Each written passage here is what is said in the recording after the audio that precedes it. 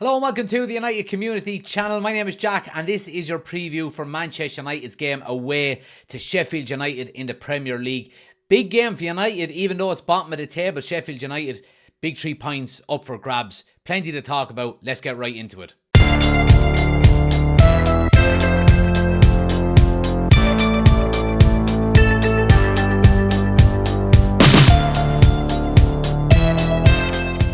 Thanks for joining, guys. Please do smash a like on the video and hit the subscribe and share buttons as well if you're new to the channel. Really do appreciate it. But we're going to get straight into it, and first and foremost we're going to talk about distractions.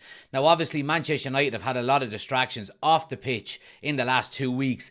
It is probably a good thing that the whole takeover saga and the news outlets and all of the talk around that has come out during the international break. But of course, that continues to rumble on, and we've got news today that potentially a deal might not be done in time for the January transfer window. So there is a lot of distractions off the field. Manchester United are going to have to go into this game focused and ready to, really put in a good performance. Now look, we are playing Sheffield United and they are bottom of the table. So you would say that it's probably the best, well, it is the best fixture we could hope for coming back from an international break, especially with all the noise going on around the club. But our performance levels haven't been great in the past few games in the Premier League. Look, albeit we did win in dramatic style with Scott McTominay's last gasp 2 goals against Brentford before the international break. So you would hope that that will bring some form of, maybe confidence, or has it galvanized the team a little bit? Have we turned a corner maybe on the back of that? You would hope so. But we do have to go into this game with no excuses. These are the kind of games where you just have to get in, get 3 points and get out, But we've said that over the past couple of games, especially with the injuries that United have had. And again, I'm not trying to make excuses about injuries, but it does play a vital part. And I mentioned it a couple of games ago that United are going to go through a run of games now where you just need to pick up points and get points on the board regardless of how we play. If it's not pretty, or if it's not, free-flowing, attacking football, over the next few games, who cares? Until we can get a full, cohort of players back and available for the first team. Because, especially in defence, we're missing an awful lot of players. The likes of Luke Shaw still out, Malacia is out, Wan-Bissaka is out, Lisandro Martinez is out. So it's important that we do pick up points in any way, shape or form that we can between now and the majority of them players are back. But again, I reiterate, there cannot be any distractions from what's going on off the field, and we have to be focused on, our game and picking up 3 points on the field on the weekend. Now, up next, we're going to talk about midfield selection, and it is an area of concern for Manchester United at the moment.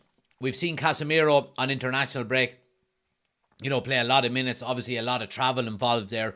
We've seen Sofyan Amrabat, again, has not played on international duty and has returned to Manchester United due to a suspected injury. So is he going to be available for the game on the weekend? Again, we'll know more once Erik ten Hag does his pre-match press conference. And then, of course, we did have the heroics of Scott McTominay coming on against Brentford before the international break.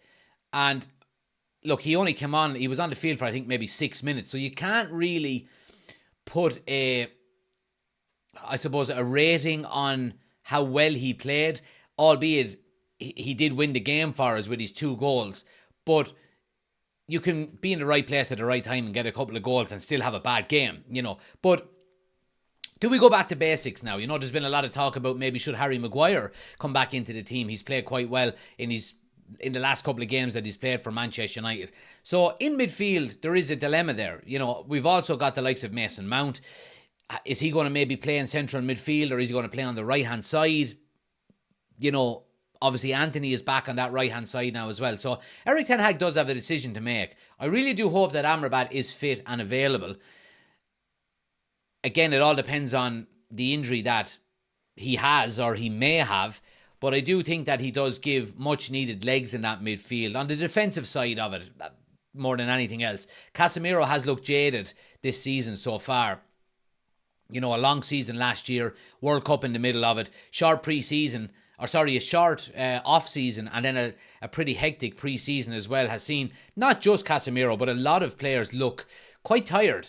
But Casemiro, more than anyone, I would say, And the reason being is that central midfield role, there is an awful lot demanded from you.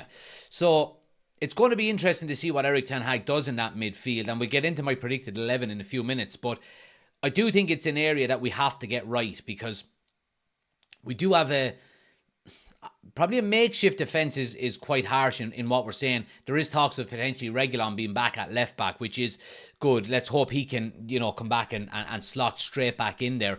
How fit is he going to be? I'm not sure. Is he going to be up to 90 minutes? Probably not.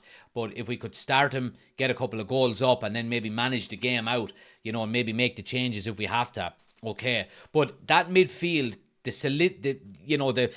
strength of the defensive aspect of the midfield played a big role last season in us not conceding goals. So I think it's going to be very important. It's going to be interesting to see what Ten Hag does with his central midfield, because albeit, and we've mentioned this a few times, last season we didn't score a lot of goals, but we didn't concede an awful lot either. Now this season we're not scoring an awful lot, and we are conceding a lot. So we have to shore up that defence and stop conceding goals. And I think midfield is going to midfield is going to be pivotal in us doing that and trying to achieve them goals. Now, let's talk about Sheffield United. And look, Sheffield United sit bottom of the Premier League without any wins so far this season. They've been tipped by basically everybody to go straight back down after coming up from the Championship last year. And it does look so far as if they are the whipping boys of the league this season. I mean, how many games in are we so far? We're 8 games in. They've drawn 1 and lost 7. They've got 1 point, from a possible 24. So, I mean, it's not looking good for Sheffield United. I do think they are going to get relegated this year. But I suppose the one positive that they will take into this game is home advantage. But it's a slim positive, you would have to say. Manchester United should really be going here and absolutely steamrolling Sheffield United. I'm really putting a marker down. I think this is an opportunity for Manchester United to improve their goal difference as well. I mean, at the moment, we're on -3 in terms of goal difference, which is really, really not good. We've seen from last season our goal difference wasn't spectacular either. So this is a big opportunity for United to go out against Sheffield United away from home and put down a marker, get some goals, and get some confidence back into the team, because look, Sheffield United are there for the taking. They really are. They've got no real standout players, and if they were to turn over Manchester United or even get a draw from this game, it would be a complete embarrassment for United and for Ten Hag. So we really do have to go there, put a marker down, get an early goal, settle into the game, dictate the pace, and put Sheffield United to the sword. Because if we don't, the knives will be out. They really will. But I think Manchester United should have more than enough to get the job done here. And we'll get into our starting 11 now in a moment. Now, let's get into the predicted 11. And again, look, there's a number of different, I suppose, starting 11s that we could see on the weekend, depending on injuries, depending on, players' availability, and maybe, the amount of travel they've done over the international break. We've got some players coming back from, South America, from Africa, so on and so forth. So, there is going to be a lot of travel in the legs of some of these players. But if we're going with the starting 11 that I would want to see, we'll put it up on the screen here now. This is the starting 11 I would like to see on Saturday. Onana starts in goal. Back 4 then, Delot at right back, Reguilon at left back. Again, we've mentioned him already. Is he going to be fit to play 90 minutes? If he is, or even if it's not 90 minutes, let's say he's only fit for 60 minutes, I would rather see him start the game, and Manchester United hopefully build maybe a 2 or 3 goal lead, and then we can take him off and rest him, So let's hope he's available. Centre-back partnership then of Varane and Lindelof. Again, look, there has been calls from people saying that Harry Maguire should start. I mentioned it last night on the news show that Harry Maguire has, had a couple of good games sprinkled through his Manchester United career without a lot of consistency. So, look, I think Lindelof and Varane are our best centre-back partnership at the moment with what's available to us, so I'm going to go with that. Midfield 3 then of Casemiro, Amrabat and Bruno Fernandes. Now, again, this all depends on whether Amrabat is fit or not, and maybe how much I suppose minutes Casemiro has in his legs after, of course, travelling over to Brazil and back. So that you could look at some changes there. You could look at, potentially Amrabat playing, or Casemiro playing, with Mason Mount coming in there as well. Mason Mount will be fit. He hasn't had any international games over the past week or so. So I wouldn't be surprised if he comes into that midfield. But I think if everybody is fit and available to play, I would like to see Casemiro, Amrabat and Bruno as a three in midfield. A front three then of Garnacho off the right, Rashford off the left and Rasmus Højlund through the middle. Now again, you could, there is talks of potentially Mason Mount playing on the right, Antony playing on the right. Look, I think Antony has come back into the team after, the reasons we know why he was out. Probably still not back to full match sharpness. I think Garnacho has played well in the games that he has played for United. There is, people saying that he is more effective coming off the bench, and I do agree with that on some level, but there is a stage where he is going to have to start putting in good performances from a starting position. So I think the more times he does start, the better chance he will have of putting in them performances. Marcus Rashford off the left. Look, he hasn't been good in previous games for Manchester United, but scored a really, really good goal for England the other night. So you would hope he does have a bit of confidence coming into the weekend's games. Again, if he's not playing, I won't be overly disappointed. I have to say, he hasn't really performed that well in a Manchester United shirt so far this season. But I do think he will bring some confidence on the back of a really good goal against, or for England midweek as well. So for that reason, I'd start him. And of course, then Rasmus Højlund plays up front. I don't think there's any questions about him playing. A lot of talk about his back injury over the international break where he got a knee in the back. But I think he's going to be okay. And he is our number one striker.